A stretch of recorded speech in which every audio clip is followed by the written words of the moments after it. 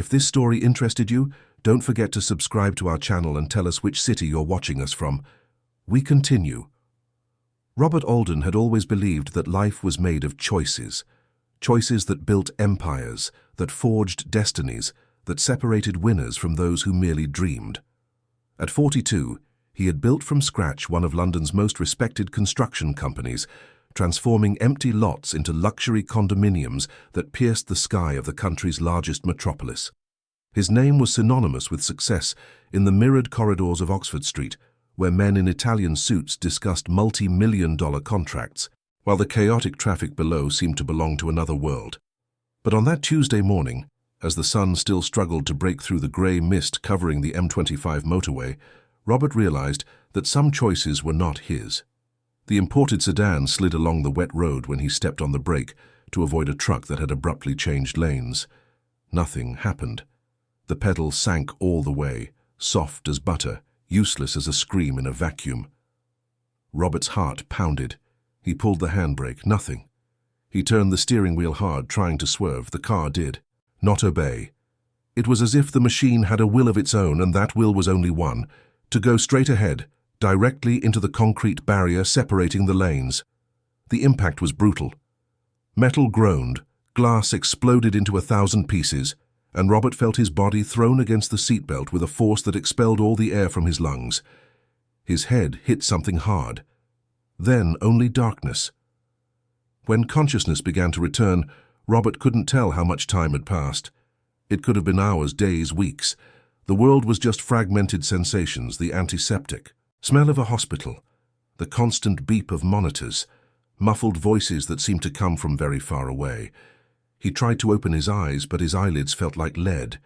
He tried to move his fingers, but his body didn't respond. It was like being trapped inside an invisible armor, aware of everything around him but completely unable to react. Panic came first, an icy wave that swept through every inch of his imprisoned being. He was alive, he could think, he could hear, but he couldn't communicate. It was a silent nightmare, a torture no man should experience. Then gradually, he began to distinguish the voices around him. A nurse commented on the stability of his vital signs. A doctor mentioned something about head trauma and an observation period. And then, a voice he knew all too well, the voice of Camilla, his wife.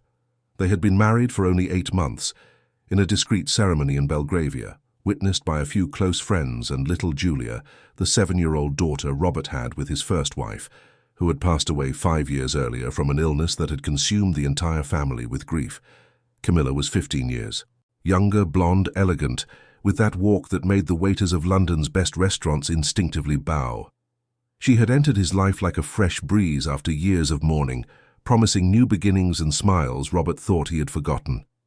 But now, listening to her talk on the phone a few feet from his bed in the ICU, Robert felt his heart shatter in a way no accident could cause. Her voice was cold, calculating, devoid of any emotion that might suggest concern or love. Camilla was discussing life insurance values with someone on the other end of the line. She mentioned documents, powers of attorney, asset transfers. She spoke about deadlines and necessary procedures if he didn't wake up. And then, with a naturalness that cut Robert like a sharp razor, she said something he would never forget. "That girl is going to be a problem, his daughter. We need to think about how to solve that later. She can't inherit anything, you understand? Everything has to stay with me, with us." Robert wanted to scream, wanted to get up and snatch that phone from her hand, but his body remained motionless, betraying him at the moment he most needed to react. Camilla chuckled softly, a bitter and poisonous sound. She mentioned that Julia was just a spoiled child who spent her time glued to her nanny, who wouldn't even miss her father if he passed away. The words were stones thrown against Robert's chest, each leaving a deep and painful mark. When Camilla finally hung up and left the room, Robert was left alone with his thoughts, and the only certainty that now pulsed in his mind. He had married a woman who did not love him, worse, who perhaps wished to see him leave this world, and his daughter, that little girl with brown eyes and an infectious laugh, was in danger. It was then that the decision was born. If he revealed now that he was conscious, Camilla would change tactics. She was intelligent, meticulous. She would find another way to execute her plans. But if Robert continued to pretend to be unconscious, he would have time to discover the extent of the betrayal, who else was involved, and how to protect Julia from all of it. In the following days, Robert learned the art of forced silence.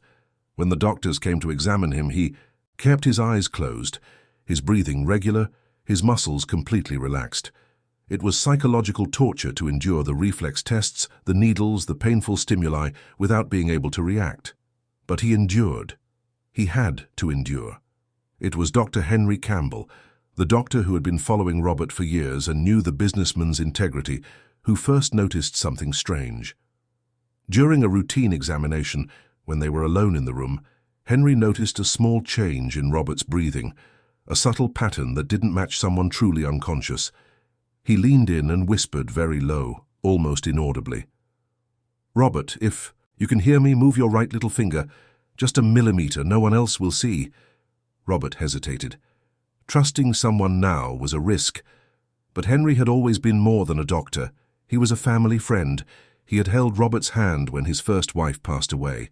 He had helped Julia understand that sometimes people leave, even when we love them very much. If there was anyone Robert could trust, it was him. The little finger moved, just an imperceptible tremor. But it was enough. Henry showed no visible reaction. He continued with the examination as if nothing had happened, checking monitors, jotting down data on his clipboard. But when he finished and headed for the door, he murmured without looking back, "Tomorrow I'll arrange your transfer home. Palliative care, they'll say. You'll need help. Trust me." And so Robert was transferred to the mansion in Kensington Gardens, a 3-story building surrounded by high walls and bougainvillea that exploded in purple flowers. The house where Julia had grown up, where every room held memories of a time when the family was still complete and happy. Now those elegant walls would witness an elaborate charade, a dangerous game, where a man pretending to be on the verge of death tried to unmask those who wished to hasten his departure. Camilla received the news of the transfer with an expression that Robert, from the stretcher, managed to catch through his half-closed eyelids. She tried to hide it, but there was a flicker of satisfaction in her blue eyes. At home it would be easier. Fewer witnesses, fewer cameras, fewer questions. Robert's room on the 2nd floor was transformed into a kind of home ICU. Medical equipment beeped softly, a duty nurse made rounds every 4 hours, and Camilla played the role of a devoted wife with a competence that would have earned awards if life were theatre. But it was in the moments when she thought she was alone that the mask fell, revealing the true face behind the facade. Julia came to visit her father every day after school. The girl entered the room on tiptoe, as if afraid of waking him from a deep sleep, and sat beside the bed, holding his large, motionless hand between her small, delicate ones. She talked about her classes, about the math teacher who was very strict, about the new classmate who had come from Bristol and spoke funny. She also talked about how much she missed her real mother, the one who had left when Julia was only 2 years old, and whose memory was now more a vague feeling of affection than a concrete image. Robert listened to every word with a heavy heart. He wanted so much to hug her, to tell her he was there, that everything would be all right. But he couldn't. Not yet. The person who always accompanied Julia on these visits was Marina. The nanny, in fact, she was much more than that, Marina, much more than, had been with the family for 5 years, since shortly before Robert's first wife passed away. She was 32, with brown hair tied in a practical bun, and a serene way of moving that brought instant peace to any environment. She was not responsible for cleaning the house. That was handled by other staff. Marina's job was to take care of Julia, and she did it with a dedication that went far beyond the professional. In the years when Robert had immersed himself in work, trying to forget the pain of loss, it was Marina who had been present in important moments. It was she who had taught Julia to tie her shoes, who had comforted her after her first day of school, who invented bedtime stories and prepared her favorite snack on sad days. Marina was the constant in the girl's life, the emotional anchor that kept everything in place even when the world seemed to crumble. And now, with Robert supposedly unconscious and Camilla showing less and less interest in feigning affection for her stepdaughter, Marina had become even more essential. She not only took care of Julia, but also, Robert began to realize, showed genuine concern for him. Every morning before taking Julia to school, Marina would enter the room and check if he was comfortable. She would adjust his pillows, wipe his forehead with a damp towel, murmur soft words as if talking to someone who could hear her. Sometimes she would stand there for a few minutes, just watching him in silence, and Robert felt a wave of gratitude for that woman who cared so diligently for everything he loved. The contrast between Marina and Camilla was striking. While his wife avoided the room whenever possible, appearing only when the nurse was present or when she needed to keep up appearances for a visitor, Marina was there several times a day, attentive to every detail, ensuring he was well, even believing he knew nothing. It was on one of those mornings, about 10 days after the transfer home, that Robert witnessed something that made his blood run cold. It was early, the sun barely beginning to gild the canopies of the laburnum trees in the garden. The nurse was on her breakfast break. Marina had left with Julia for school, and the house was in almost absolute silence. Camilla entered the bathroom adjoining the room. Robert, with half-closed eyes, could see through the reflection in the mirror of the slightly ajar door. She picked up her cell phone and made a call. The voice on the other end was male, familiar. It took Robert only a few seconds to recognize it. Edward Taylor, his partner in the construction company, the man with whom he had shared an office for over a decade, with whom he had built projects and shared dreams. The conversation was technical, direct, and absolutely terrifying. Camilla confirmed details about the accident. Edward mentioned the mechanic who had worked on the car, ensuring there would be no way to trace them. They discussed money diverted from the company, accounts in tax havens, falsified documents, and then, with a naturalness that made Robert's stomach churn, they began to plan the next step. "He can't wake up," Camilla said. "If he wakes up, everything goes down the drain. We need to make sure that doesn't happen. The doctor said his condition is too stable. We need something more definitive." Edward agreed.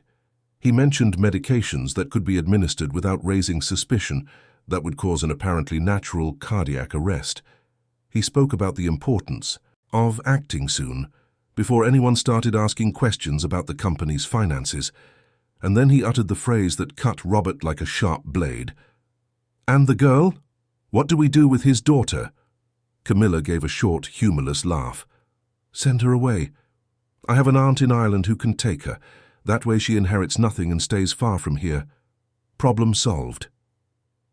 When Camilla hung up and left the bathroom, Robert had to use all the strength he still possessed not to let tears stream down his face. It wasn't just betrayal, it was something much worse. It was confirmation that he and his daughter were in the hands of people willing to do anything to achieve their cruel goals. What Robert didn't know was that someone else had heard part of that conversation. Marina was silently climbing the stairs, having forgotten Julia's backpack and returned quickly to fetch it. Hearing Camilla's agitated voice coming from the room, she instinctively slowed her pace. The words she caught were fragmented, but enough to make her hairs stand on end. Something about medication, something about the girl being sent away, something about ensuring the boss wouldn't wake up. Marina felt her heart race. She backed away slowly, picked up the backpack from the corridor and left the house as if nothing had happened. But her mind was buzzing. What exactly was going on there? Was Camilla planning something terrible? And if so, what could Marina do?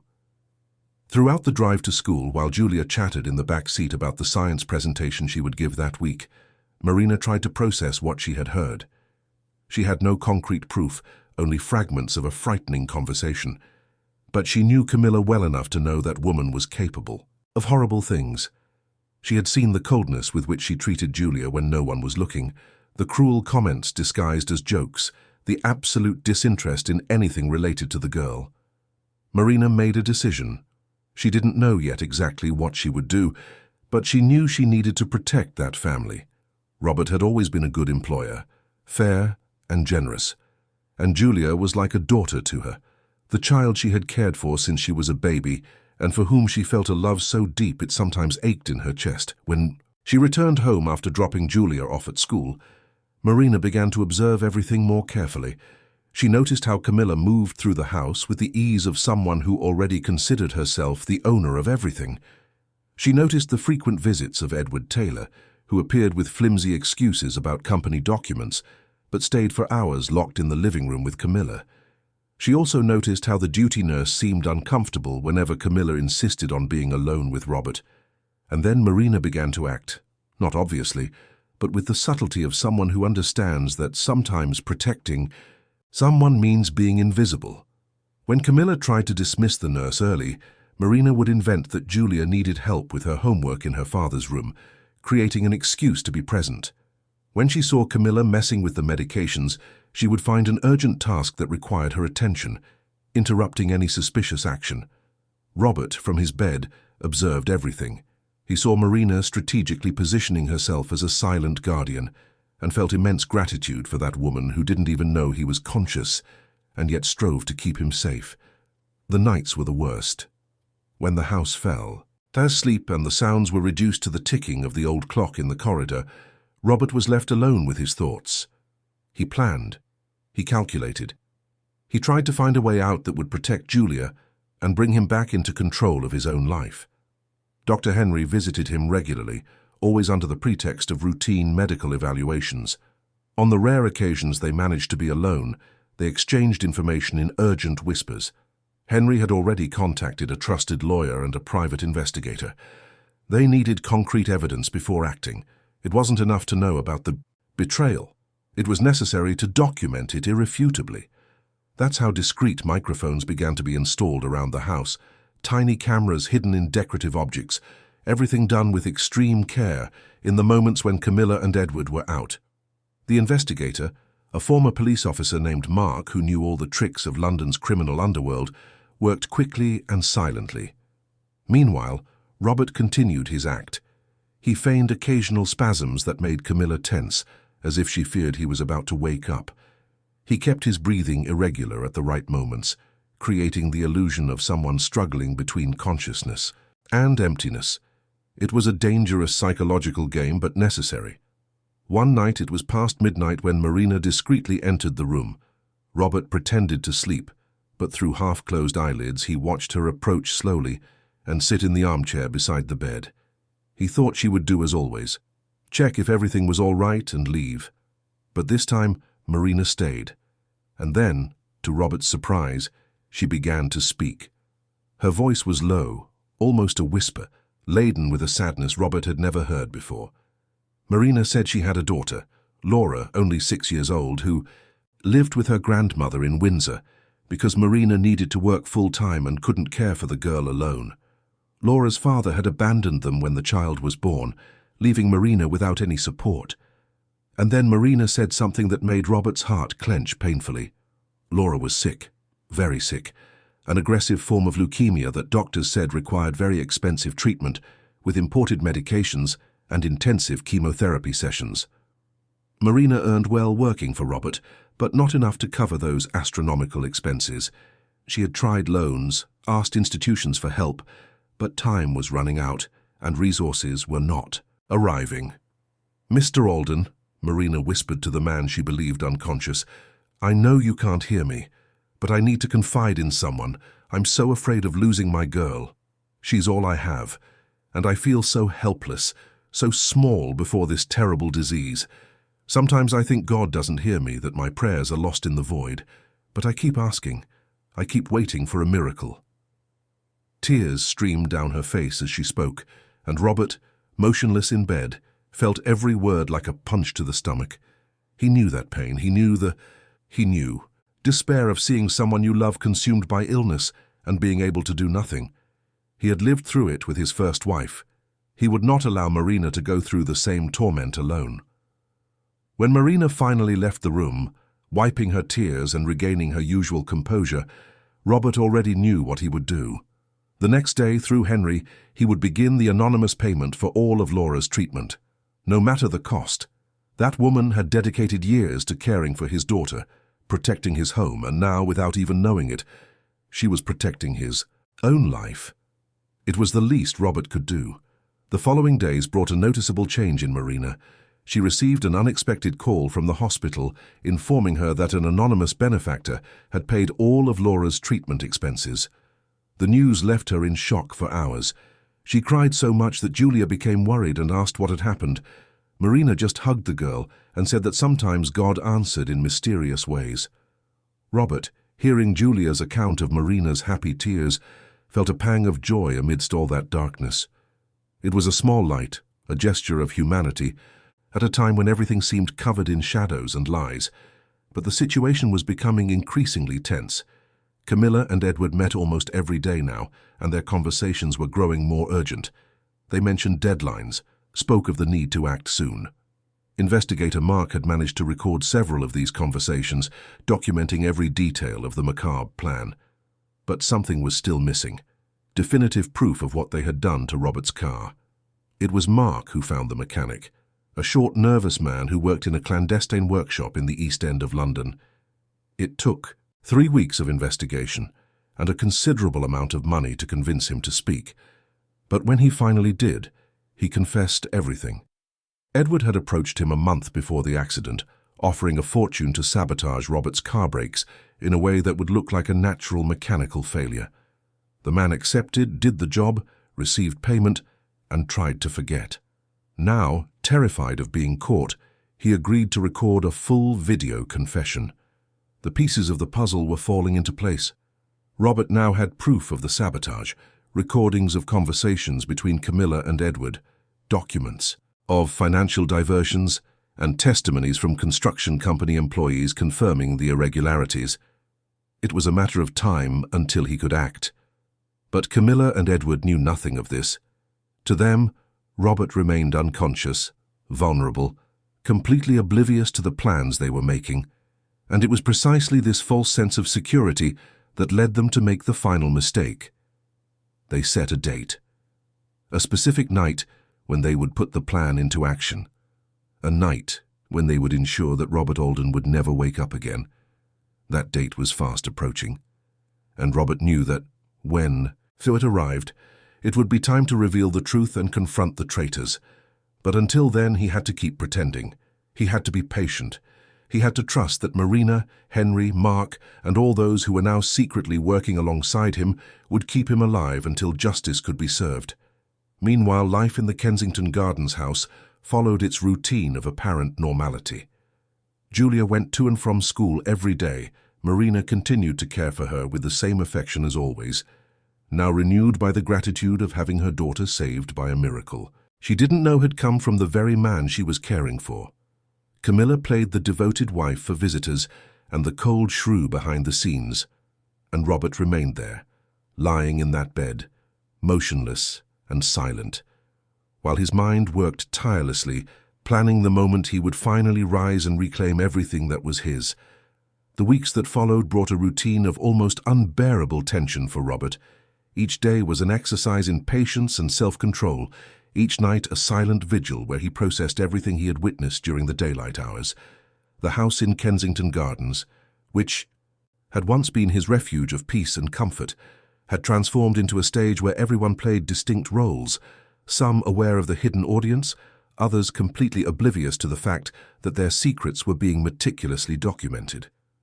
Marina had become the involuntary center of the entire plot. Unaware that Robert was conscious, she continued her daily visits to his room, checking every detail with a care that went beyond professional. There was something in her gestures that Robert had begun to notice with more intensity. The way she adjusted the blanket, even when it wasn't necessary, how she gently ran her hand through his hair while murmuring words of comfort, how her eyes filled with genuine concern every time the monitors emitted a different sound. It was an absolute contrast to Camilla.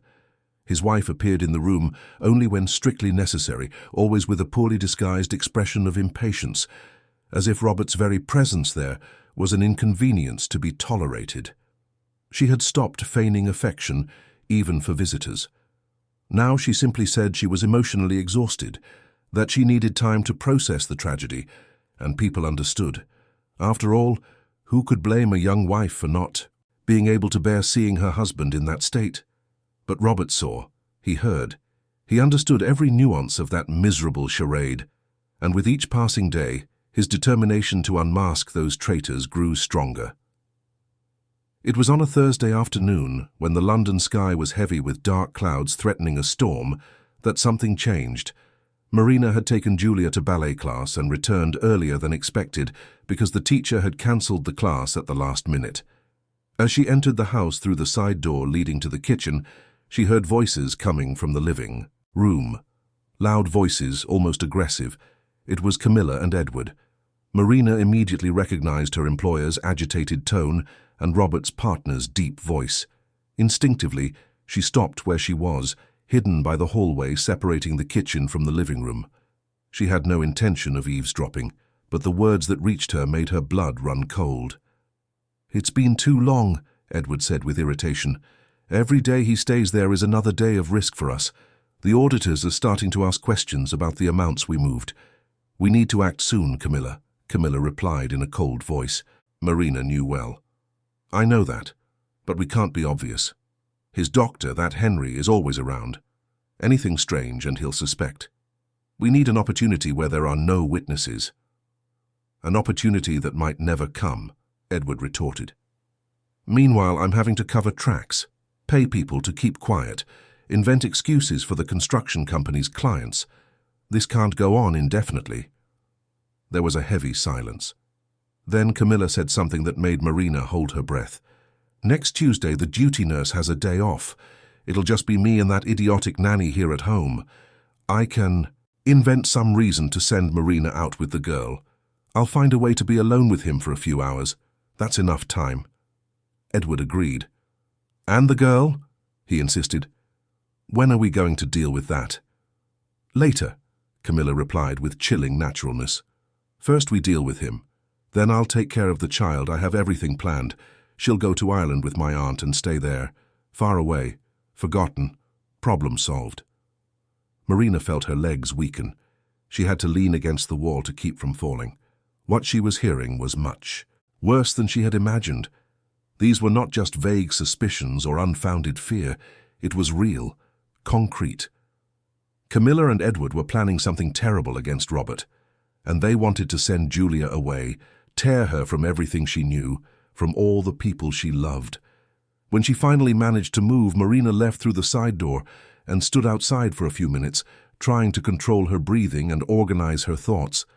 Her mind raced in frantic circles. What to do? Go to the police? But with what evidence? She had nothing concrete, only what she had heard. It would be her word against Camilla's and Edward's, rich and influential people, who would certainly have expensive lawyers to deny everything. Talk to Dr. Henry? Perhaps. He was close to Robert, knew the family. But what if he didn't believe her? What if he thought Marina was imagining things, that the stress of caring for Julia and worrying about Robert was affecting her judgment? Marina realized she was alone in this. She couldn't trust anyone but herself. She would have to protect that family in the only way she could, by remaining vigilant, preventing Camilla from being alone with Robert, ensuring Julia was always safe by her side. When she returned inside the house, Camilla and Edward had already separated. Edward had left, probably returning to the construction company office in Canary Wharf.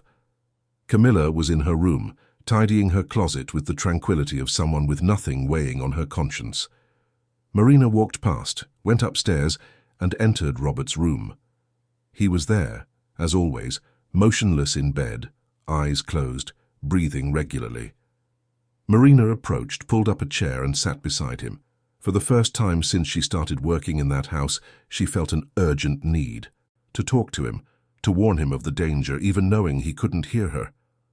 "Mr. Alden," she whispered, looking at the man's serene face, "I don't know if you can hear me from where you are, but I need you to know that I will protect you. No matter what happens, I won't let them harm you or Julia, I swear it."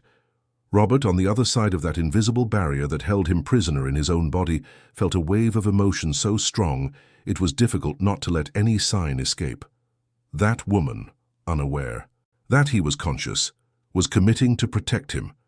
Marina didn't even know that he already knew everything, that he already had a plan in motion, that he was already working with Henry and Mark to gather evidence.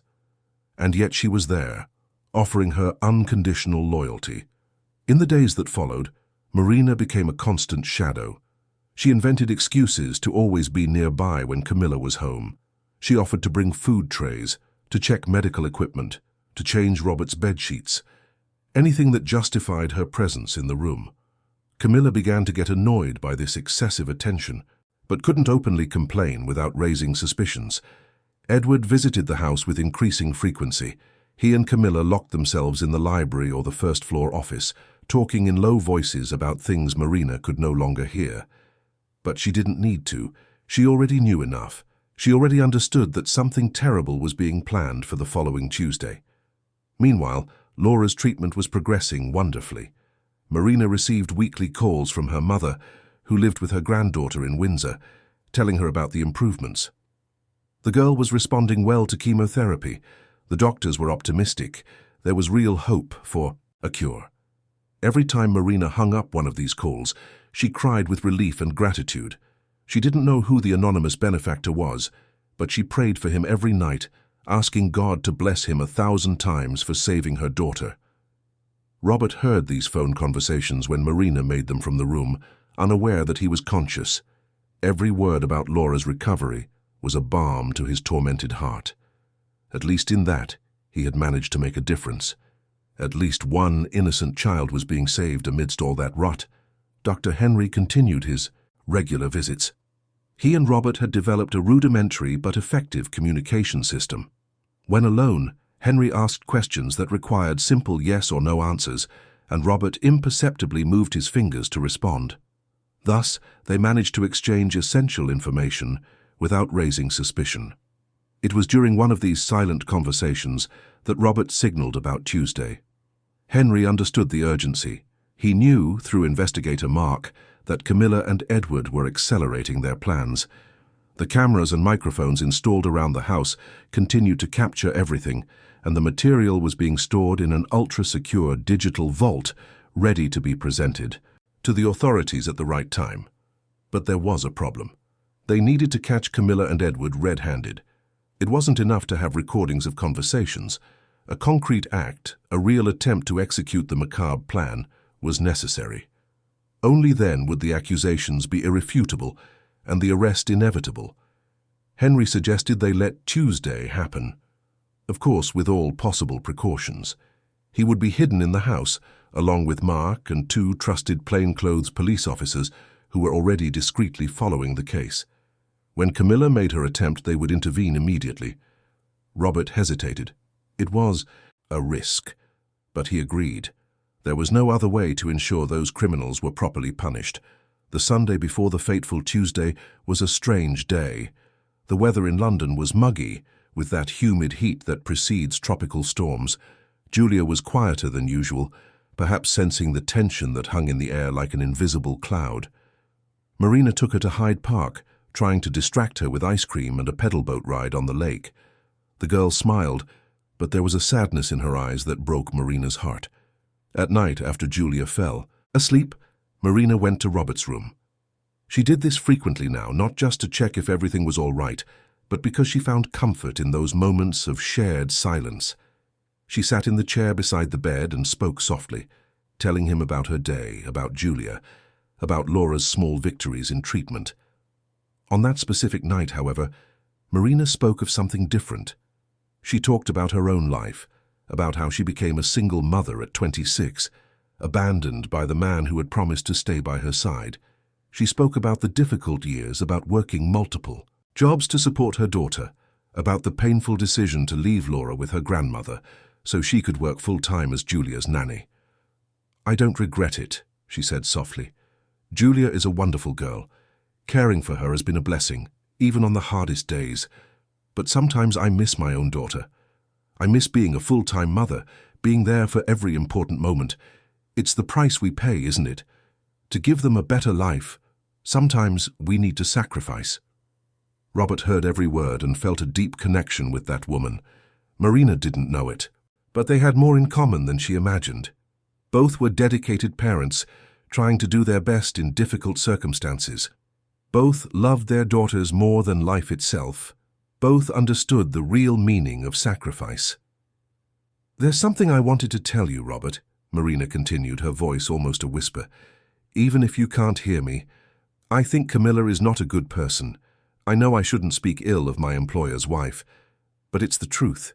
The way she treats Julia when no one is looking, the things I hear her say on the phone, the way she looks at you, as if your presence here is just an inconvenience. It's not right.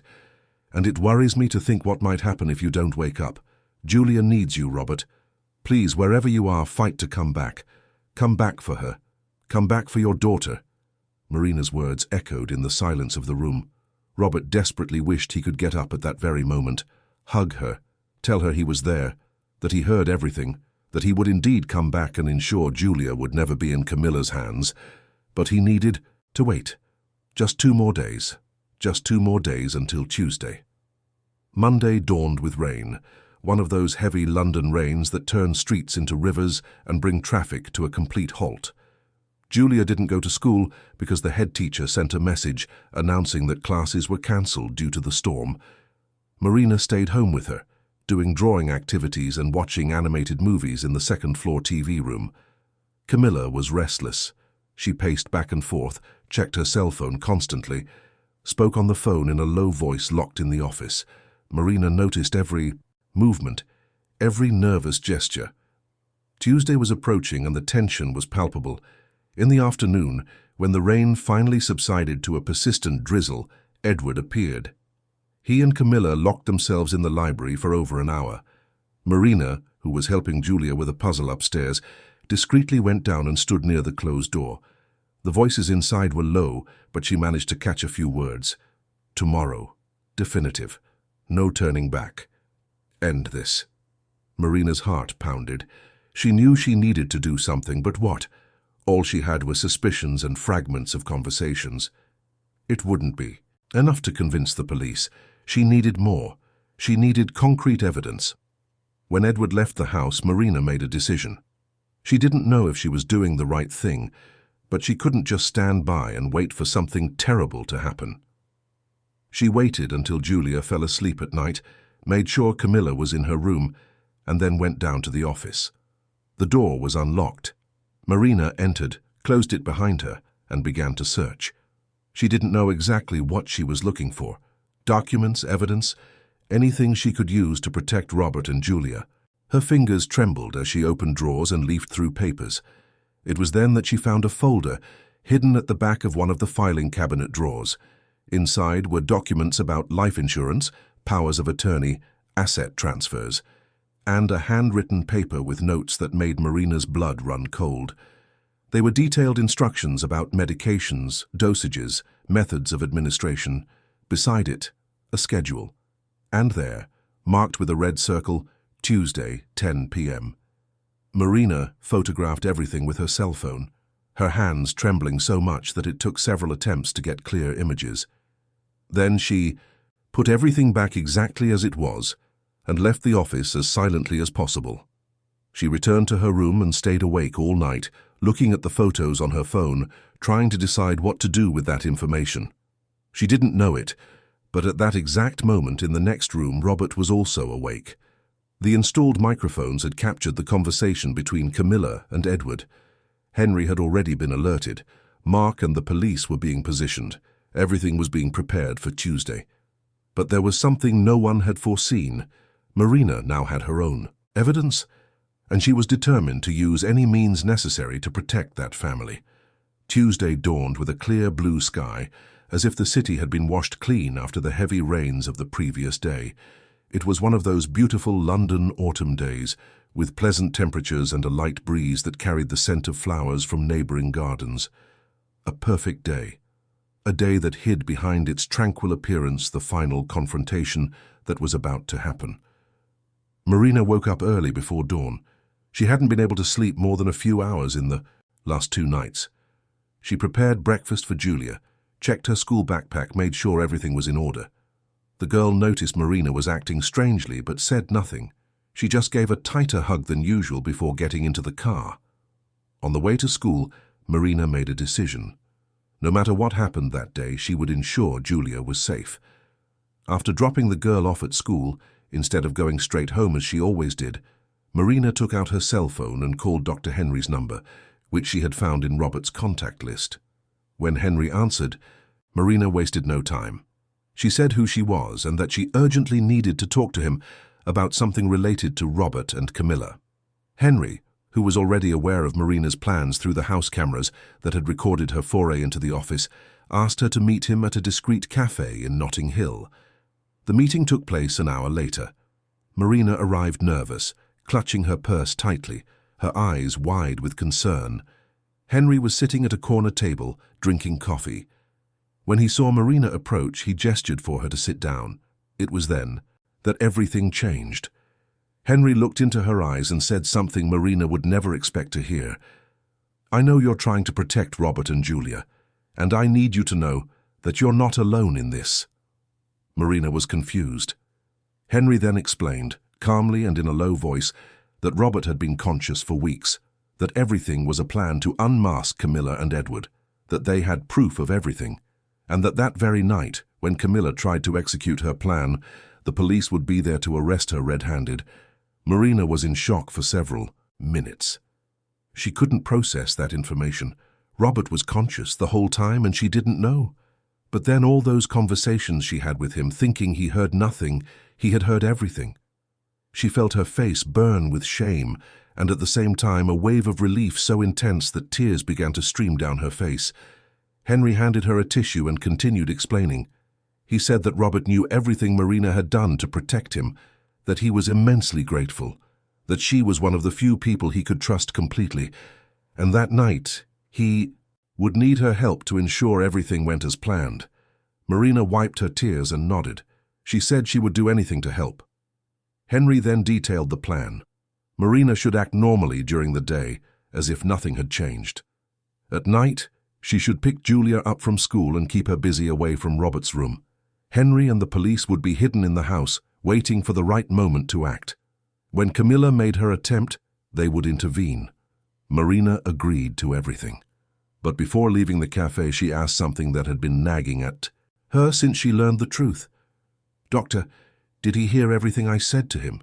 About my daughter, about my problems, about how I feel about Julia?" Henry smiled gently. "He heard every word. And it was Robert who anonymously paid for your daughter Laura's treatment. He wanted you to know that now. He wanted you to understand how much he values everything you've done for his family." Marina couldn't hold back the tears again. It was too much to process all at once. Robert, that man she had cared for, believing he was unconscious, had been her anonymous benefactor. He had saved Laura. He had performed the miracle she had prayed for every night, and now she discovered that he had been conscious the whole time, hearing every word of gratitude she had whispered by his side. When she returned home, Marina was transformed, still trembling with all those revelations, but also determined and stronger than ever. She knew now that she was not alone in that fight. Robert was conscious. Henry was by their side. Justice would be served. Julia would be safe. And that night, finally, the truth would come out. Tuesday afternoon dragged on with agonizing slowness. Each minute seemed to last an eternity.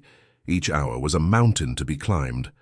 Marina followed her routine with mechanical precision, picked Julia up from school, prepared the girl's favorite snack, helped with math homework, invented a new game with modeling clay. But inside, her heart beat erratically, her thoughts spun in frantic circles, and her hands trembled slightly every time she heard a different noise in the house. Julia noticed something was different. The girl was only 7 years old, but she possessed that keen intuition of children who grow up in environments where the emotions of the adults around them shape the day's mood. She held Marina's hand more tightly than usual, was quieter, observed everything with those large brown eyes full of precocious intelligence. "Marina, can I sleep in your room tonight?" Julia asked, as they had dinner in the kitchen, away from the formal dining room where Camilla usually had her solitary meals. Marina smiled and ran her hand through the girl's hair. "Of course, my love. Tonight we'll have a pajama party. How about that? We'll watch a movie, eat popcorn, and you can bring all your stuffed animals." Julia's face lit up. It was exactly the kind of distraction Marina needed to offer. She knew from Henry's instructions that she needed to keep the girl busy and away from Robert's room all night. There could be no risk of Julia witnessing anything that was about to happen upstairs. Meanwhile, in the master bedroom on the second floor, Robert was more alert than ever. He knew this was the night. Henry had stopped by during the afternoon, under the pretext of a routine medical examination, and had discreetly confirmed that everything was ready. Mark and 2 police agents were already positioned at strategic points in the house, hidden in rooms Camilla rarely visited. Additional cameras had been installed in Robert's own room, ensuring that every movement, every word, every action would be documented. The duty nurse really had the night off that Tuesday, exactly as Camilla had planned. She had left around 7 in the evening after giving all the routine instructions to Camilla, who pretended to pay attention while mentally already executing her macabre plan. Around 8 in the evening, Camilla went up to Marina's room. She knocked on the door with that false delicacy she used when she needed something. Marina opened it with Julia by her side holding a teddy bear. "Marina, I need you to do something for me," Camilla said with a smile that didn't reach her eyes.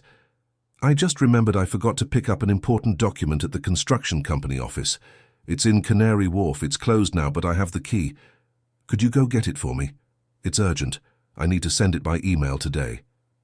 Marina felt her stomach churn. It was exactly what Henry had predicted. Camilla was trying to get her out of the house. She needed to refuse without raising suspicion. "Oh, Camilla, I'm so sorry, but I can't leave Julia alone now. She's not feeling very well. I think it might be a cold starting. I prefer to keep an eye on her." Camilla frowned, annoyed. "You can take the girl with you. Or better yet, she can stay here in her room while you go. It won't even take an hour." Marina pretended to hesitate, then shook her head firmly. "You know, I really prefer not to go out. If it's truly urgent, can I ask one of the security guards to get it? Or maybe Edward can stop by." The mention of Edward made Camilla visibly tense. "No need, I'll go myself. I just thought you could do me this favor since I pay your salary." The barb was clear, but Marina didn't bite the bait. She just smiled politely. "Sorry I can't help this time, but anything else you need, just call." Camilla left the room, slamming the door harder than necessary. Marina took a deep breath, relieved to have passed the first test. She looked at Julia, who was watching her with curiosity, and forced a reassuring smile. "Come on, let's choose a movie." Downstairs, Camilla was furious. Her plan depended on being completely alone in the house with Robert. Marina's presence complicated everything. She picked up her cell phone and called Edward. The conversation was quick and tense. Edward suggested they wait for another opportunity, but Camilla was unyielding. She couldn't wait any longer. The auditors were asking increasingly direct questions about the financial diversions. It was a matter of days, perhaps hours, until they discovered everything. She needed to act that night, with or without Marina out of the house. "All right," Edward said finally, "but be careful. You can't leave any traces." Camilla hung up and stood in the middle of the living room thinking. Marina was on the 3rd floor with Julia. Robert's room was on the 2nd floor, at the other end of the house. If she was quiet enough, she could enter, do what she needed to do and leave without Marina noticing. It was risky, but she had no choice. Around 10 at night, when the house was plunged into almost absolute silence, broken only by the distant sound of an animated movie coming from Marina's room, Camilla began to prepare. She put on dark clothes, tied her hair in a practical ponytail, and put on ballet flats that made no noise. From a locked drawer in her closet, she took out a small vial with a clear liquid. It was the medication Edward had obtained through contacts in the black market, something that would induce a cardiac arrest, that would appear natural in someone already weakened by an accident. She left her room and walked down the dark corridor towards Robert's room. Every step was calculated, every movement precise. She couldn't make a mistake, not this time. What Camilla didn't know was that at the exact moment she stepped out of her room, 3 pairs of eyes were watching her through monitors at different points in the house. Henry was hidden in the 1st floor library, Mark in the office, and the 2 police officers in an empty guest bedroom, all connected by headphones, all ready to act. Robert, in bed, heard the bedroom door open slowly. Through half-closed eyelids, he saw Camilla's silhouette enter and carefully close the door behind her. She approached the bed, checked the monitors to ensure he was still unconscious, and then took the vial from her pocket. It was, at that moment, that Robert made the most difficult decision of that entire charade. He needed to let her get to the last moment.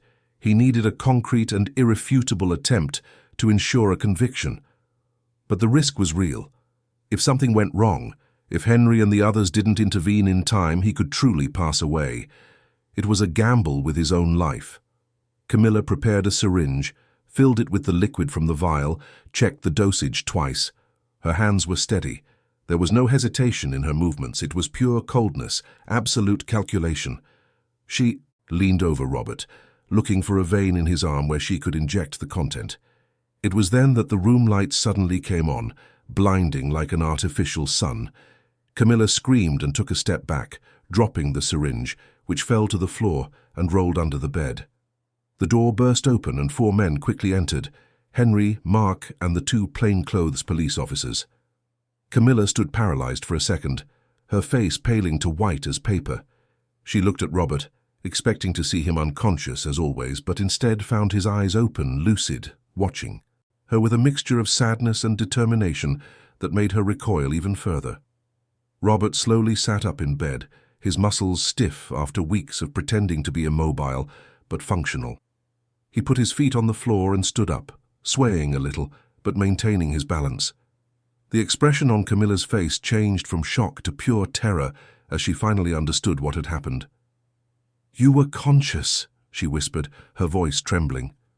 "The whole time, you were conscious." "The whole time," Robert confirmed, his voice hoarse from not using it properly for so long. "I heard every word, Camilla. Every plan, every lie, every moment you and Edward discussed how you were going to take me out of this world and steal everything I built." One of the police officers approached Camilla, handcuffs already in hand. "Camilla Alden, you are under arrest for attempted murder. You have the right to remain silent. Anything you say can and will be used against you." "No!" Camilla began to struggle as the handcuffs were placed. "No, this is a mistake. I didn't do anything. I was just checking if he was all right. That's not what it looks like." "We have everything recorded," Mark said, showing a tablet displaying footage from the installed cameras. "Your conversations with Edward Taylor, your confessions about sabotaging the car, the financial diversions, the plans to send Julia away, everything, every second documented." Camilla stopped struggling and looked at Robert with such intense hatred that it was almost palpable. "You tricked me. You pretended to be unconscious just to catch me red-handed. What kind of man does that?" "The kind of man who protects his daughter from people like you," Robert replied in a firm voice. "The kind of man who will not allow his family to be destroyed by greed and coldness." It was then that a small, frightened voice echoed from the door. "Daddy?" Everyone turned. Julia was standing in the hallway, Marina right behind her, holding the girl's shoulders, both their faces pale with shock. The child had heard the screams and rushed out of the room worried, only to find a scene her 7-year-old mind could barely process. Her father, who had been unconscious for weeks, was now standing. Camilla was handcuffed. Strange men filled the room. Robert felt his heart clench. He didn't want Julia to see that. He didn't want her to witness Camilla's arrest, no matter how evil that woman was. It was too much for a child to process. He looked at Marina, who understood immediately. She lifted Julia into her arms and began to leave the room. "Mama Marina, why does Camilla have those things on her hands? Why is Daddy standing up? I don't understand. What's happening?" Marina carried Julia back to the room on the 3rd floor, murmuring reassuring words that she herself didn't entirely believe. Her heart was still pounding, processing everything she had just witnessed. Robert was standing. After weeks of pretending, he had finally revealed the truth. And Camilla was arrested, taken away by the police who were now descending the stairs with her handcuffed, still screaming threats and denials. In Marina's room, Julia wouldn't stop asking questions. Marina sat with her on the bed and tried to explain as simply and gently as possible. She said that Daddy was well, that he had woken up, that he was safe now. She didn't go into detail about Camilla or what the stepmother had done. She just said that sometimes adults do bad things and need to go away for a while. Julia processed that in silence, her small hands clutching the teddy bear against her chest. Then she looked at Marina and said something that brought tears to the nanny's eyes. I always knew you would take care of us, Marina. I always knew I was safe with you." Marina hugged the girl and finally let the tears flow. They were tears of relief, of gratitude, of emotional exhaustion after weeks of unbearable tension. It was over. It was finally over. Downstairs, Camilla was placed inside a police car. She still screamed, still denied, but no one believed her words. The evidence was irrefutable. The cameras had captured everything. The syringe with the poison had been collected as evidence. The recordings of the conversations with Edward were stored in digital vaults. There was no escape. Edward Taylor was arrested the same night. A police team went to his penthouse in Mayfair and found him packing, preparing to flee. He tried to resist, tried to bribe the agents, but it was useless. Handcuffed and taken to the police station, Edward finally understood that there was no way out. The days that followed were a whirlwind of activity. Lawyers, detectives, investigators, journalists. The story made headlines in London's major newspapers. Businessman fakes Coma to unmask wife and partner in murder plot. Social media exploded with theories and comments. Some called Robert a hero, others questioned his methods. But the truth was clear. He had been a victim of an attempted murder and had done what he needed to do to protect himself and his daughter. Robert spent the first few days giving statements, presenting evidence, working with prosecutors to ensure Camilla and Edward were properly prosecuted. The evidence was so solid that there was no need for a lengthy trial. Both were quickly convicted of attempted murder, sabotage, conspiracy, and financial fraud. The sentences were heavy, years of incarceration without possibility of parole. But while dealing with all that legal and media madness, Robert also needed to take care of something much more important: his family. Julia was confused and scared by everything that had happened. She didn't fully understand why Camilla had done those bad things, why her father had had to pretend to be asleep for so long, why so many strange people were now in the house asking questions. Robert spent hours talking to her, trying to explain in a way appropriate for a 7-year-old. He said that sometimes adults make bad choices, that people are not always who they say they are, but that true love always wins in the end. Julia listened with her big, serious eyes, processing every word. "And Marina," Julia asked at one of those moments, "is Marina real? Does she really love me?" Robert smiled, his first genuine smile in weeks. "Marina is the truest person I know, my love. And yes, she really loves you, more than you can imagine." Marina, who was outside the room but had heard the conversation through the half-open door, felt her heart warm. After all she had been through, knowing that Robert recognized her love for Julia meant more than any words of gratitude. It was a few days later, when the dust finally began to settle, that Robert and Marina had their first real conversation. She was in the garden, watering the flowers that were beginning to wilt as the London autumn approached. Robert came out of the house and walked towards her, still a little stiff from months of forced immobility, but regaining strength every day. "Marina," he called softly. She turned, her eyes still, showing that slight embarrassment of someone who knew all her confessions had been heard. Robert smiled to reassure her. "Can we talk?" They sat on the stone bench under the jabuticaba tree that shaded a corner of the garden. For a moment, they were silent, listening only to the bird song and the distant sound of city traffic. Then Robert began to speak. He thanked Marina for everything she had done, for protecting Julia when he couldn't, for caring for him even believing he didn't know, for having the courage to confront Camilla when she realized there was danger. He said she was the reason Julia had grown up as a happy and loved child, despite all the tragedies that had marked her short life. Marina listened in silence, tears streaming softly down her face. Then it was her turn to speak. She confessed that caring for Julia had never been just a job. The girl had become like a daughter to her, someone for whom she felt a love as deep as the one she felt for Laura. She said that protecting that family had been instinctive, a visceral need that went beyond any professional obligation. "And you," she whispered, wiping her tears. "You were the angel who saved my Laura. I will never be able to thank you enough for that. I will never forget what you did for us." Robert shook his head. "It was the least I could do for someone who dedicates so much love to my daughter. Your Laura deserves every chance to grow up happy and healthy, just as you deserve not to have to choose between being a mother and ensuring your family's livelihood." They sat there for a long time, talking about everything and nothing.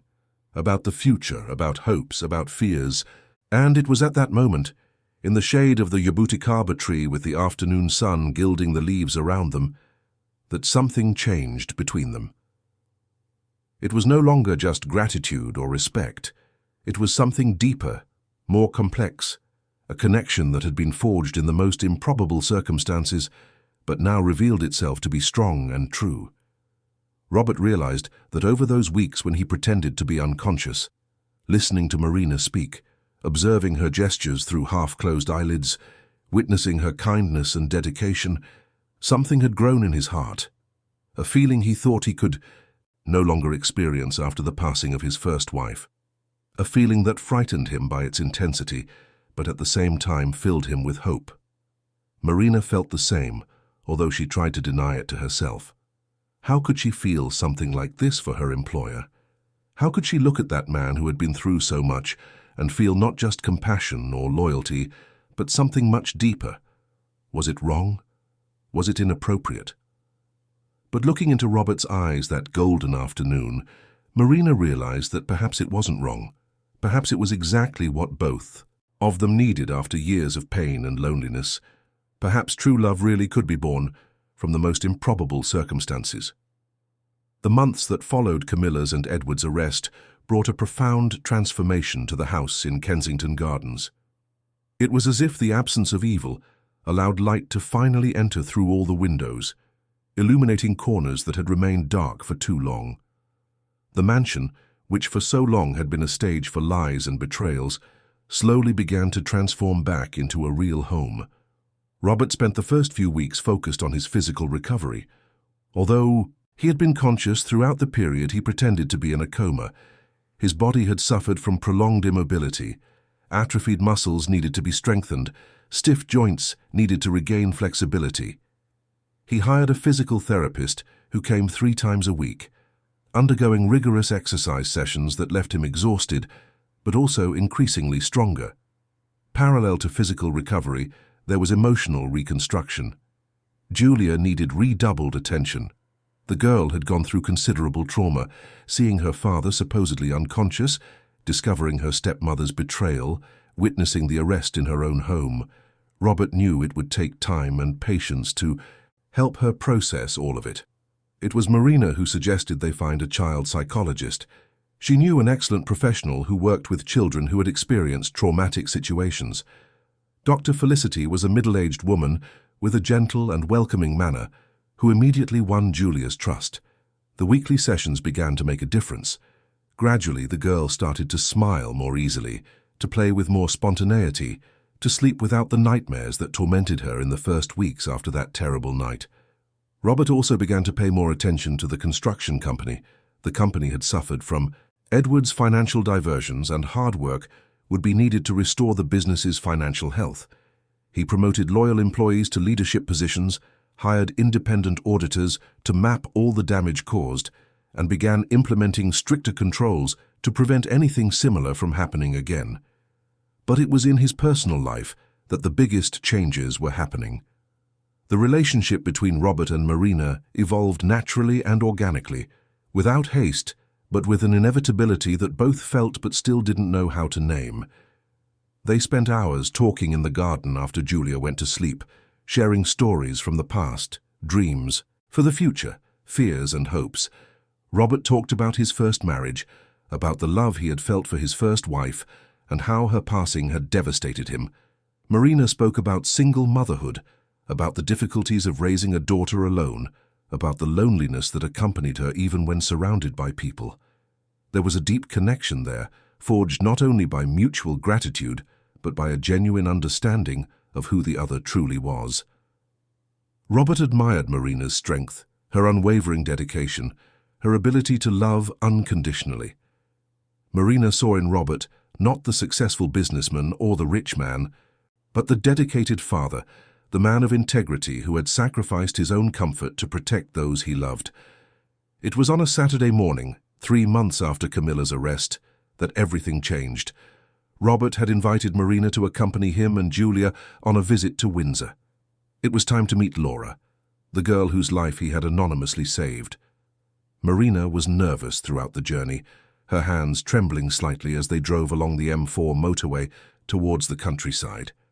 Marina's mother's house was simple but welcoming, with a garden full of flowers and a veranda where a wooden swing creaked softly in the breeze. When they arrived, a 6-year-old girl with light brown hair and bright green eyes ran out shouting, "Mommy! Mommy's here!" Marina knelt and hugged her daughter so tightly that both almost fell. Robert stood still, observing that moment, Julia by his side holding his hand. The scene was so pure, so full of genuine love, that he felt his eyes sting with unshed tears. Laura was visibly better. Her face still showed the signs of treatment, her skin pale and her body too thin for her age, but there was life in her eyes, energy in her movements. The treatment was working. The doctors were optimistic. There was real hope for a complete cure. After the initial introductions, the two girls went off to play in the garden under the watchful eye of their grandmother. Robert and Marina stayed on the veranda, watching Julia and Laura run among the flowers, their laughter echoing in the fresh morning air. It was such a perfect scene that it seemed almost unreal. "Marina," Robert said softly. She turned to face him. "I want you to know that what I did for Laura wasn't just gratitude for what you did for Julia. It was because I saw in you an extraordinary woman, a devoted mother, a person who deserves all the happiness in the world. And I want to be present for that happiness. I want to be a part of it, if you'll allow me." Marina felt her heart race. She knew what those words meant, but she was afraid to presume, afraid of misinterpreting. "Robert, I don't know what to say. I'm just the nanny. You're my employer. People will talk. They'll judge." Robert shook his head and took her hand in his. "You were never just the nanny, Marina. You are the woman who saved my family, who protected my daughter when I couldn't, who showed me that true love exists even in the most improbable places. And I don't care what people will say. I only care about what we feel, and I know what I feel for you." Marina closed her eyes, letting the tears flow freely. "I feel it too," she whispered. "God help me, but I feel it too. I'm just afraid it's too soon, that you're still processing everything that happened with Camilla." Robert gently squeezed her hand. "Camilla was never what you are to me. That marriage was a mistake from the beginning. I was trying to fill a void with the wrong person. But you, Marina, you fill that void in a way I didn't even know was possible." It was there, on that simple veranda in Windsor, with the sound of the girls' laughter in the background and the scent of flowers in the air, that Robert and Marina sealed the beginning of something new with a soft kiss. It wasn't just romance or passion. It was the promise to build something solid and true based on mutual respect, genuine admiration, and a love that had grown in the most improbable circumstances. The following months were filled with adjustments and discoveries. Robert and Marina decided to take things slowly, out of respect for Julia and Laura, out of respect for their own relationship, which deserved time to develop properly. Marina continued to live in her room in the Kensington Gardens house, but now there were family dinners, weekend outings, long conversations at night in the living room after Julia went to sleep. Laura began to visit London more frequently, staying for entire weeks at the house. She and Julia became inseparable, like sisters whom fate had separated at birth but finally reunited. They played together, shared secrets, created entire make-believe worlds in the mansion's garden. Robert watched those two girls and saw in them the future he wished to build, a united, loving family where all the wounds of the past could finally heal. Laura's treatment progressed exceptionally well. In 6 months, she entered complete remission. The doctors celebrated it as a remarkable success, one of the most successful cases of combating childhood leukemia they had witnessed. Marina cried with joy every time she received a new, positive result, and Robert was always there to hug her, to share that happiness, to thank with her for that miracle. It was on a starry December night, when London experienced one of those rare, cool summer nights, that Robert made the decision that had been maturing in his heart for months. He had carefully planned everything with the help of Julia, who was more excited than he had ever seen her. Marina was invited to a special dinner in the garden. When she came down and saw the decorations, she was speechless. Christmas lights were hung in the trees, creating an artificial sky of golden stars. A table was set with a white tablecloth, lit candles, fresh flowers. Julia appeared wearing a new dress, holding a basket of rose petals. "What is all this?" Marina asked, confused but smiling. Robert approached, elegant in a dark suit, and took her hand. "Marina, in the last few months you have transformed my life in ways I don't even know how to express in words. You showed me that it's possible to start over, that it's possible to love again, that it's possible to build a true family based on honesty and respect. You are the mother Julia always needed, the companion I always desired, the woman I want by my side for the rest of my life." He knelt, taking a small velvet box from his pocket.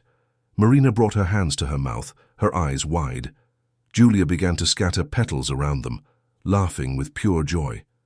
"Marina Santos, will you marry me? Will you build a family with me where our daughters can grow up as sisters? Will you give me the honor of being my true love?" Marina couldn't speak for several seconds. Tears streamed down her face as she looked at Robert kneeling, at Julia scattering petals, at the illuminated house in the background. It was everything she had ever dreamed of, but never dared to believe possible. "Yes," she finally whispered. "Yes, I accept." The kiss that followed was witnessed only by the stars, by the golden lights in the trees, and by a 7-year-old girl who jumped with joy knowing that finally, her family was complete. The wedding took place 6 months later, in an intimate ceremony in the house's garden. Only close friends and family were present. Dr. Henry was Robert's best man, moved throughout his speech, where he recalled not only that difficult period of the charade, but also the transformation he had witnessed in his friend. Marina's mother came from Windsor, bringing Laura, who looked beautiful in a pink bridesmaid dress, matching Julia's. Marina walked down the flower-lined aisle on her mother's arm, radiant in a simple but elegant dress, her hair loose framing her face. Robert waited at the small makeshift altar under the jabuticaba tree, the same place where months earlier they had had that transformative conversation. When their eyes met, both knew that this was the definitive, new beginning, the moment when the past finally stayed behind and the future opened up full of possibilities. The vows were simple but deeply meaningful. Robert promised to be the husband Marina deserved, the father Laura needed, the man who would honor every day that second chance life had given them. Marina promised to love, respect, and walk alongside Robert in all moments, in joys and difficulties, building together the home they both had always desired. When the officiant declared them husband and wife, the entire house erupted in applause. Julia and Laura ran to hug their parents, creating an adorable tangle of arms, laughter, and happy tears. That 4-person embrace perfectly symbolized what they had become, a true family, united not only by legal documents, but by genuine love and mutual respect. The party was joyful and relaxed. There was live music, dancing in the garden, food prepared by a chef Robert had hired especially for the occasion. The children ran among the adults, playing and laughing without worries. It was a celebration not only of the wedding, but of everything they had overcome to get there. In the following months, Robert initiated the legal process of adopting Laura. It was not a simple process, requiring extensive paperwork and interviews with social workers, but everyone who reviewed the case agreed that it was the right decision. Laura needed a present father, and Robert was more than willing to take on that role. When the court ruling was finally issued, officially making Laura his daughter, there was a second celebration at the Kensington Gardens house. The construction company prospered again. With Edward gone and rigorous controls implemented, business returned to healthy and sustainable growth. Robert promoted more loyal employees, expanded into new markets, but always maintaining balance with family life. He had learned the hard way that professional success meant nothing if you had no one to share it with. Marina, in turn, found a new calling. She decided she wanted to do more for other nannies and caregivers who, like her, dedicated their lives to the families they cared for, but were often invisible or undervalued. With Robert's financial support, she created an NGO that offered professional training, legal support, and benefits for domestic care professionals. The organization grew rapidly, helping hundreds of women achieve better working conditions and professional recognition. Julia and Laura grew up like blood sisters. They shared the same room, decorated with posters of their favorite bands and shelves full of books and toys. They argued occasionally like all sisters, but the love between them was unquestionable. Julia became extremely protective of Laura, always ensuring her younger sister was included in everything. Laura idolized Julia, following her everywhere, imitating her gestures and expressions. Laura's medical appointments became increasingly spaced out as the years passed. With each examination that confirmed she remained in complete remission, Marina and Robert breathed more easily. 5 years after the initial diagnosis, the doctors finally delivered the news everyone had been waiting for. Laura was officially cured. The leukemia would not return. She could live a normal, full life without the shadow of the disease hanging over her future. That night, when the girls finally fell asleep after hours of celebrating the news, Robert and Marina sat on the veranda swing he had specially installed for her, inspired by the one at her mother's house in Windsor. They swayed gently, embraced, listening to the night sounds of London in the distance. "Have you ever stopped to think about how we got here?" Marina asked softly. Robert tightened his embrace. "I think about it every day, how a tragedy almost destroyed everything, but ended up revealing what truly mattered." "Do you think if none of that had happened, we would have met this way?" she continued. Robert was silent for a moment, pondering. "Honestly, I don't know. Perhaps not. Perhaps I would have remained blind, focused only on work, leaving Julia in someone else's hands while I pursued empty successes. Perhaps you would have continued caring for her without ever revealing how much you loved her, how much you cared. That horrible situation forced all of us to show who we really were, and in the end we discovered we were a family that didn't even know it existed yet." Marina smiled in the dark. "You know what else impresses me? That even in the darkest moments, when everything seemed lost, there were signs of hope. You pretending to be unconscious but hearing every word. Me protecting you without knowing that you knew. The girls loving each other even before they were officially sisters. It was as if the universe already knew where we wanted to go, even when we were still lost." Robert kissed the top of her head. "Perhaps that's exactly it. Sometimes life needs to take us down the most winding paths to show us where we were always meant to be." The years that followed brought the precious normality of a happy family.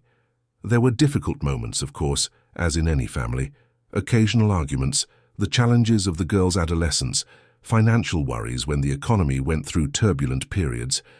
But through everything, Robert and Marina kept the promise they had made to each other, to face everything together with honesty, respect, and love. Julia grew up to become a brilliant young woman, determined to study architecture to one day work in her father's construction company, bringing new and sustainable ideas to the family business. Laura discovered a talent for painting, creating vibrant works that filled the house with color and life. Robert often joked that they had a future architect and a future visual artist in the family, and he couldn't have been prouder. Camilla and Edward remained imprisoned, serving their long sentences. Robert never visited them, never maintained any contact. That chapter of his life was definitively closed, sealed, filed away. He felt no anger or desire for revenge, only a vague sadness that people could be so consumed by greed as to completely lose their humanity. On certain quiet afternoons, when the house was silent and the girls were at school, Robert would go up to that room on the second floor where it had all begun. The room where he had pretended to be unconscious, where he had heard the worst betrayals and also witnessed the purest gestures of love. The furniture was different now, transformed into a home office where Marina worked for the NGO, but the essence of the place remained. He would stand there for a few minutes, remembering the fear he had felt upon realizing the extent of the betrayal, the despair of not being able to move, not being able to protect Julia, the overwhelming gratitude upon discovering that Marina was there, a silent guardian who didn't even know she was being watched. That transformative moment when he finally revealed the truth and saw Camilla being taken away by the authorities. And then Robert would smile, because he knew that all of it, however painful it had been, had brought them to where they were today. A united, strong family built on truth and genuine love. If someone asked him if he would do it all again, knowing the final outcome, he would answer without hesitation that yes, because the love he had found with Marina and the family they built together were worth every second of that nightmare. Marina often found him in these moments of reflection. She would go up silently, hug him from behind, and they would stay there together without needing words. She understood. She also often thought about how everything could have ended differently, how a single different decision, a single moment of hesitation, and perhaps they would never have gotten there. But they did. Against all odds, through circumstances that would test anyone's limits, they found each other and built something beautiful from chaos. And that, Marina thought as she hugged her husband in that room full of memories, was the purest definition of true love, the one that survives and thrives, even when everything around it tries to destroy it. On their 10th wedding anniversary, Robert and Marina renewed their vows in an even more intimate ceremony than the first, with only the girls present. Julia was already a 17-year-old, Laura 16. Both witnessed their parents reaffirm their promises, with happy tears streaming down their faces. After the ceremony, all four sat in the garden, under that same jabuticaba tree that had witnessed so many important moments. Julia asked something she had been thinking about for a long time. "Dad, do you regret pretending to be unconscious for so long? Wasn't it very difficult?" Robert thought before answering. "It was the hardest thing I've ever done in my life, but it was also what saved our family. If I had woken up immediately, Camilla would have found another way. What I did gave us time to gather evidence to ensure you would be protected, so no, I don't regret it. I would do it all again if it meant keeping you safe." "And you, Marina?" Laura asked her mother.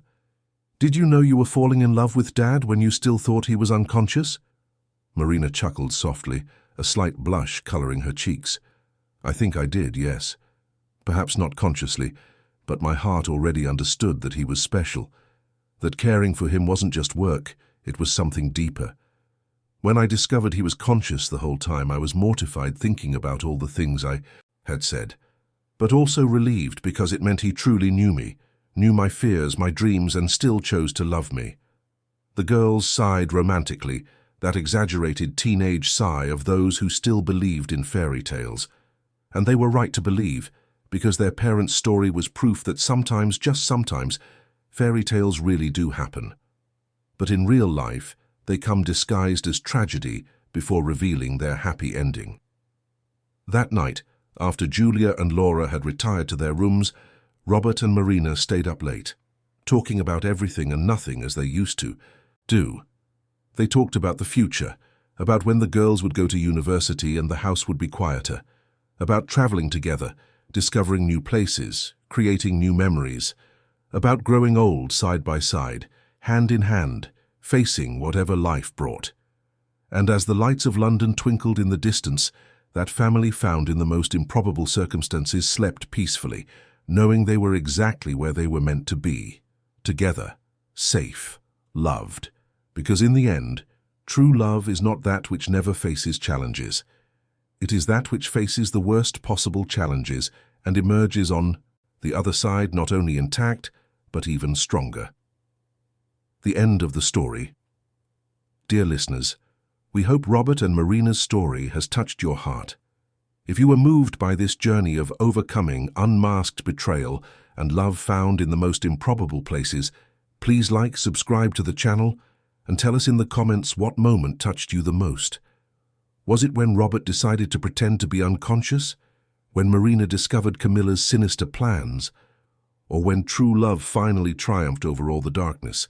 Every day we bring intense stories like this, which reveal the deepest side of the human soul, and remind us that even in the most desperate situations, there is always hope for those who remain true to themselves. We await you in the next episode with a new story that will move, surprise, and make you believe that happy endings are possible even when all seems lost.